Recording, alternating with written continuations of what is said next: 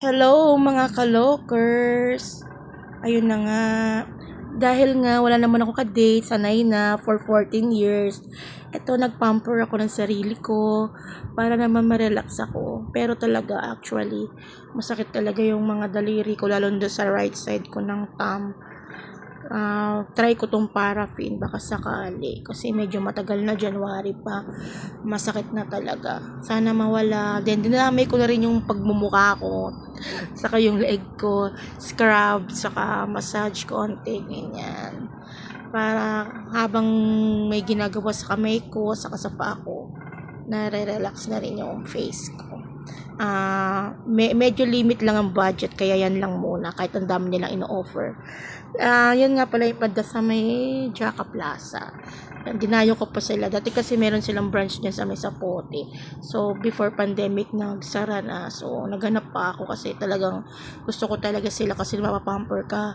Kahit pinagtutulungan nila ako, as in, napapamper ako.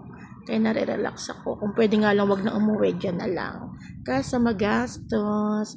Ayun nga. Ayun mga pinagagawa nila sa akin. Dalawa, di bali sila ni ate nagpapaganda sa akin. Ayan, marami silang ino-offer sa akin, pero sabi ko, limit lang ang budget. Sa pagbalik ko na lang. Ayan na nga. Ayan, ini-scrub din ni ate yung braso ko. Yung dalawang braso ko, yung kamay ko, i-massage din niya yan. Habang ini-scrub ni ate yung face ko, saka yung neck ko. Maraming nagpapa-facial dyan, maraming iba-ibang classes about sa face. Then, meron din silang foot scrub, foot spa, mga pedicure, meron silang may massage, alam ko may massage din sila eh. Ayan. Yun na muna yung tinry ko kasi ang main purpose ko talaga yung paraffin ng hands ko saka ng foot ko. Kasi para sakaling matanggal-tanggal yung nararamdaman ko. Kasi alam nyo na, busado ang lola niya sa katawan niya since birth. Kaya yan, marami na nararamdaman. Kaya try ko muna to. Medyo malayo lang traffic kasi maraming mga nagpa-Valentine's sa kanila. Kaya ma-traffic. Marami may date. Ayan, nagtry ako kahit hapon na ako nakaalis kasi sabi ko nga baka matraffic o maraming tao, medyo okay naman, hindi naman ganun karaming tao sa branch nila. Kaya ayun, tinaray ko na kahit late na. Para kahit paano, di ko maramdaman na ako ay mag-isa. Di ko maramdaman na wala akong ka-date. Anyway, sanay naman na ako na walang ganon. Pero I'm happy. I'm happy na yan, nire-relax ako.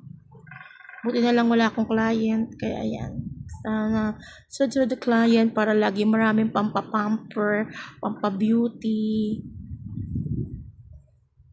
Yan, pinagtutulungan nila ako dyan eh. Hindi ko maalam kung ano mararamdaman ko. Tatawa sila ng tawa. Sabi ko, ano ba mararamdaman ko? Masaktan ako, marerelax ako. Kasi talagang ewan ko, kahit konting massage lang sa akin, sasaktan ako. Siguro kasi nga, sabi nila, marami kang lamig, ma'am. Kala ko maraming taba eh, maraming lamig pala. Kala ko nga ilalive po na rin nila ako, tanggalin yung mga taba ko, char. Ayun nga, panay-panay video ko. Para may content ako, syempre. Yan, ang sarap. As in, ang sarap ng i-scrub ka. Parang nagugrogi na ako sa antok talaga, sa tulog. Kaya nakakatuwa naman yung dalawa kung nag-assist sa akin. Tagal, diba? Ang tagal ng mga face ko. Yan ang pinakamasarap talaga, yung scrub. Sandiin. Parang feeling ko nalibagan talaga ako. Kaya pagkatapos talaga yun, sabi ko, ay alo, pumuti ako, charot.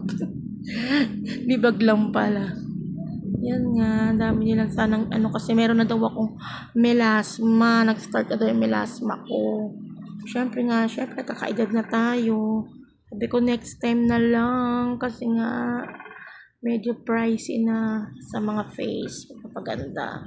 Sabi ko okay lang yun, wala naman akong jowa. Sabi ko ganun. Sabi ko ganun. Ito ang pinakamasarap, yung i-massage ka. Scrub pa pala muna nila ako. Yung binti ko hanggang paa. Sarap din mag-scrub ni ate. Dalawa kasi sila nag-scrub sa akin dyan eh. Ayan, chika-chika kami dyan nila ate. kung anong mga gagawin pa sa akin. Kasi nakalimutan ko na dati yung ano. Dati, di ko talaga kinakaya yung pag nagpaparapin. Kasi mamaya makikita nyo, ano siya, yung paraffin, parang inilulubog yung kamay nyo saka yung paa nyo sa kandila. So, imagine niyo sobrang init noon. Pero kanina, nakaya ko as in.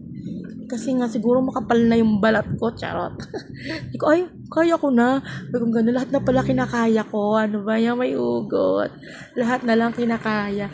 Oo nga, promise. Nakaya ko talaga yung init niya. Yung init talaga nung kandila. Tapos, pag ano yun, pag nababad, syempre diba, magtitigas yun sa kamay mo. Tapos, babalutin nila ng plastic, babalutin nila ng tela pati kamay pa mo. Kaya kanina hindi na ako makapag-video kasi binalutan nila yung kamay at pa ako.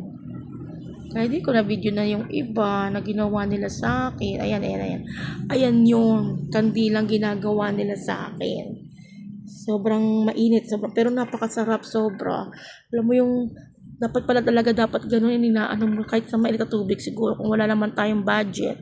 Kahit sa may medyo mainit na tubig yung kaya nyo lang yung init. Pero as much as possible kung mainit ang sarap. As in ang sarap. Sarap niya na nare-relax yung paa mo sa kamay mo. Kasi parang ang dami natin lamig sa katawan talaga eh. Doon natin naaano yung mga sakit-sakit. Kung hanggat maaari kung pag ano, lagyan natin ng asin, tapos lagyan ng mainit na tubig, yung hanggang sa kaya nyo lang, na kaya nyo mailubog yung kamay nyo o yung paa nyo. Ayan, unti-unti niya inaano dyan, pero kaya ko pala. Sabi ko, ayan, sarap. Sabi ko, gano'n. Parang ayaw mo nang tanggalin. Kasi titigas na yan eh, titigas na siya niyan. Yan, sarap. Dinuduldul ko talaga maigi. Sabi ko, di ba pwede hanggang braso or hanggang binti?